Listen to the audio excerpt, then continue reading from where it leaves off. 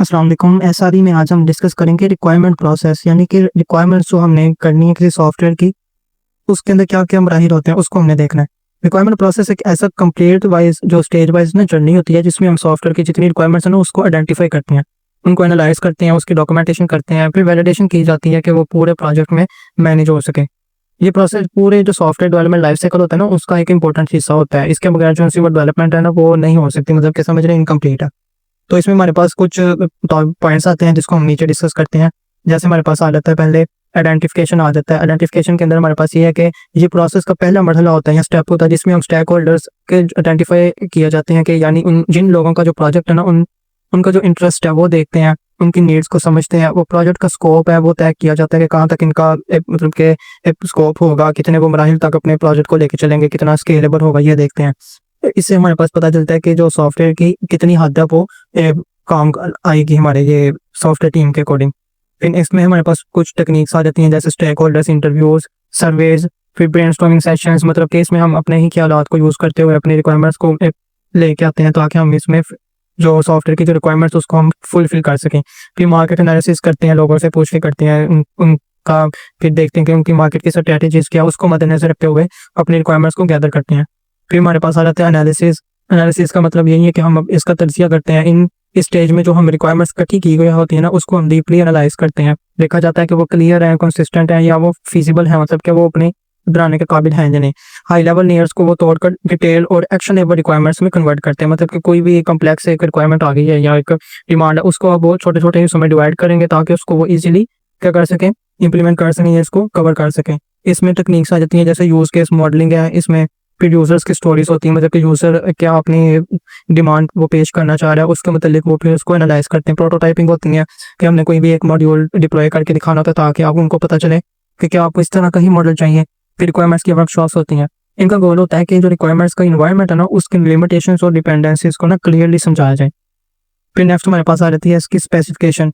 Specification का मतलब होता है कि रिक्वायरमेंट्स को हम क्लियर और उसकी जो होती है ना रिक्वायरमेंट्स, उसको हम क्लियर और स्पेसिफिक पॉइंट्स को मद्देनजर रखते हुए उसको डॉक्यूमेंट करें।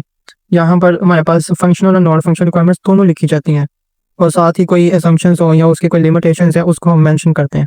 इसमें हमारे पास कुछ टेक्निक्स आती हैं, जैसे नेचुरल लैंग्वेज डिस्क्रिप्शंस होती हैं, फिर यूएमएल डायग्राम्स आ जाती हैं, रिक्वायरमेंट्स ट्रेसेबिलिटी मैट्रिक्स होता है, जिसको हम आगे भी डिस्कस करेंगे। इसमें ये होता है कि हम अपनी जो रिक्वायरमेंट्स होती है ना, उसको किसी एक स्पेसिफिक पॉइंट से लिंक करवाते हैं, ताकि वो एक दूसरे के साथ मिली रहें, वो किसी और के साथ मिक्स ना हो। तो ये डॉक्यूमेंटेशन का एक कॉन्ट्रैक्ट का काम करती है, जिसमें हम डेवलपर्स और स्टेक होल्डर्स के दोनों के दरमियान एक एग्रीमेंट साइन समझ लो होता है कि एक सिस्टम क्या काम करेगा। फिर इसमें हमारे पास नेक्स्ट आ जाती है वैलिडेशन। वैलिडेशन का मतलब यह होता है कि ये चेक किया जाता है कि जो लिखी गई है ना रिक्वायरमेंट्स, वो वाकई स्टेक होल्डर्स की नीड्स के अकॉर्डिंग है या उनको रिफ्लेक्ट कर रही हैं। यानी कि जो लिखा गया वो सही है, मुकम्मल है, उसमें कोई किसी किस्म की कोई चेंजिंग तो नहीं हुई कि स्टेक होल्डर है या यूज़र है वो अपनी कोई और डिमांड कर रहा था, लेकिन टीम ने उसको कुछ और समझ के लिख लिया हो, तो ये तो नहीं सारा इसमें कोई सीन चक्कर है। तो वो फिर उसको भी वैलिडेट करते हैं। इसमें टेक्निक्स आ जाती है, रिक्वायरमेंट्स रिव्यू, फिर वॉक थ्रूज आ जाते हैं, प्रोटोटाइपिंग, सिमुलेशन होती है। स्टेक होल्डर से ना फीडबैक लिया जाता है, और अगर कोई ज़रूरत हो तो इन रिक्वायरमेंट्स को क्या किया जाता है, फिर से रिफाइन किया जाता है, ताकि उसको प्रॉपर्ली मैनेज किया जा सके। फिर नेक्स्ट हमारे पास मैनेजमेंट आ जाती है। ये स्टेज श्योर करती है कि रिक्वायरमेंट्स प्रॉपर्ली ऑर्गेनाइज है, उसमें कोई जो प्रायोरिटाइजेशन करनी है वो, और उसमें जो कंट्रोल है वो ठीक से है या नहीं। फिर पूरे प्रोजेक्ट के दरमियान जो होना होता है ना, वो सारा इसमें मैनेज होता है। इसका गोल होता है कि रिक्वायरमेंट्स हैं वो अपडेटेड रहें, यानी कि प्रोजेक्ट के साथ अगर कोई उसने चेंजिंग करनी है तो वो उसको हम इस तरह से मैनेजमेंट कर सके कि दूसरी जो हमने जितना प्रोजेक्ट बना लिया है उसमें कोई ना कोई चेंजिंग ना आए। इसमें हमारे पास कुछ टेक्निक्स होती हैं, जैसे रिक्वायरमेंट्स मैनेजमेंट टूल होते हैं, फिर चेंज ट्रेसिंग होती है, वर्जन कंट्रोल होता है। इन टेक्निक्स को हम यूज़ करते हैं अपनी मैनेजमेंट के हवाले से। फिर नेक्स्ट इसकी हालत है हमारे पास है ट्रेसेबिलिटी। अब ट्रेसेबिलिटी का मतलब है कि रिक्वायरमेंट जो हमारे पास रिक्वायरमेंट्स और प्रोजेक्ट एक दूसरे के साथ आर्टिफैक्ट्स यानी डिज़ाइन करनी है, डॉक्यूमेंटेशन को, टेस्ट केसेस क्या, कोड वगैरह के दरमियान जो लिंक्स है ना, उसको स्टैब्लिश करना होता है। इसका मकसद ये इंश्योर करना होता है कि अगर कोई रिक्वायरमेंट चेंज हो तो वो हर जगह रिफ्लेक्ट ना हो, ठीक है, वो समझ लें कि एक इंडिपेंडेंट ही हो, वो अपने आप तक रहने वाली हो, किसी दूसरे के साथ वो इंटरेक्ट ना करे। इसमें हमारे पास टेक्निक्स आती हैं, ट्रेसेबिलिटी मैट्रिसेस आती हैं, रिक्वायरमेंट मैनेजमेंट टूल्स होता है, फिर ऑटोमेटेड रिक्वायरमेंट ट्रेसेबिलिटी टूल्स होते हैं। और इसके बेनिफिट्स होते हैं कि ट्रांसपेरेंसी जो है वो इंक्रीज होती है, जो इम्पैक्ट एनालिसिस है ना, किसी एक चीज़ पर असर पड़ने का जो एक फिनोमिना होता है उसको ईजी बनाया जाता है। फिर रेगुलेटरी कंपेरिजन्स को सपोर्ट किया जाता है। फिर नेक्स्ट हमारे पास है prioritisation and trade off analysis. यानी प्रायोरिटाइजेशन का मतलब है कि रिक्वायरमेंट्स को उनकी इंपॉर्टेंस और उनकी जो प्रोजेक्ट की ऑब्जेक्टिव्स है ना, उस पे जो इम्पैक्ट पड़ेंगे ना, उनके बेसिस पर उसको रैंक किया जाता है कि हमने किसको पहले प्रायोरिटी देनी है। और ट्रेड ऑफ एनालिसिस है कि कन्फ्लिक्टिंग रिक्वायरमेंट्स, वैसी रिक्वायरमेंट्स हैं जो किसी दूसरे रिक्वायरमेंट के अंदर कन्फ्लिक्ट पैदा कर रही हो ना, तो फिर उसको हमने बैलेंस करना होता है ताकि हम बेटर डिसीजन ले सकें। इसमें कुछ टेक्निक्स होती हैं हमारे पास, जैसे जिसको हम कहते हैं मोस्क्यू प्रायोरिटाइजेशन, जिसमें मस्ट, शुड, कुड और वुड नॉट का यूज़ होता है कि हमने इन चीज़ों को देख के अपनी प्रायोरिटाइजेशन करनी है।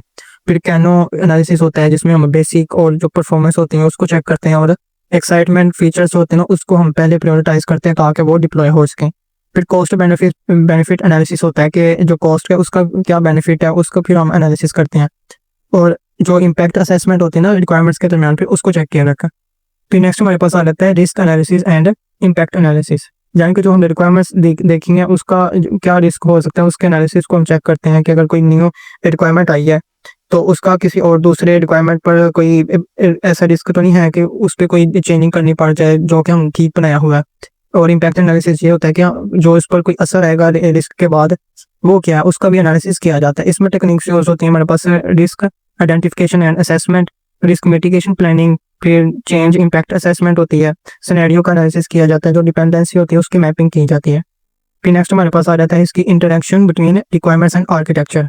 ये स्टेज अश्योर करती है कि सिस्टम रिक्वायरमेंट्स की जो आर्किटेक्चर है ना उसके रिक्वायरमेंट्स के साथ अलाइनमेंट कितनी है। ये काम इसलिए इंपॉर्टेंट होता है ताकि जो आर्किटेक्चर है ना सिस्टम की जो डिज़ायर है उसकी फंक्शनैलिटीज़ और उसकी क्वालिटी को सपोर्ट करे। इसमें कुछ टेक्निक्स हैं जैसे आर्किटेक्चरल मॉडलिंग है, फिर यूज़ ऑफ डिज़ाइन पैटर्न्स है, फिर आर्किटेक्चरल रिव्यूज़ है, और आर्किटेक्ट और जो रिक्वायरमेंट्स है ना उनकी इंजीनियरिंग का जो कोलैबोरेशन है वो करना होता है इसमें। फिर नेक्स्ट हमारे पास आ जाता है elicitation and specification for agile methods. Means के हमारे पास जो अजाइल मेथड्स में जो हमारे पास रिक्वायरमेंट्स है ना उनका जो प्रोसेस है या इटरेटिव है या अडॉप्टिव है वो हो सकता है। तो उसमें हम जो कॉन्टिन्यूस स्टेक होल्डर की जो कोलैबोरेशन और फ्लेक्सिबिलिटी होती है ना वो इंपॉर्टेंट होती है ताकि हम उनके साथ इंटरेक्ट रहें और दिखाएं उनको कि हम ये बना रहे हैं आपकी रिक्वायरमेंट्स के अकॉर्डिंग है या नहीं। तो फिर इसमें कुछ टेक्निक्स होती हैं यानी कि यूजर्स के स्टोरीज हैं, फिर प्रोडक्ट्स की जो बैकलॉग ग्रूमिंग होती है वो देखते हैं, फिर स्प्रिंट जो प्लानिंग होती है मीटिंग्स की वो देखते हैं, यानी कि जल्द से जल्द जो प्लानिंग होती है उसको हम इसमें क्या करते हैं रेफर करते हैं। फिर कॉन्टिन्यूस स्टेक होल्डर का जो फीडबैक होता है वो लेना होता है, इंक्रीमेंटल जो डिलीवरी होती है उसको वो चेक किया जाता है। तो ये सारी चीज़ें आ जाती हैं हमारे पास रिक्वायरमेंट्स प्रोसेस के अंदर। तो इससे नेक्स्ट हम लेवल्स और लेयर्स ऑफ रिक्वायरमेंट्स को देखेंगे कि किस लेवल्स और लेयर्स के साथ हम अपनी सॉफ्टवेयर की रिक्वायरमेंट्स करते हैं। Thank you.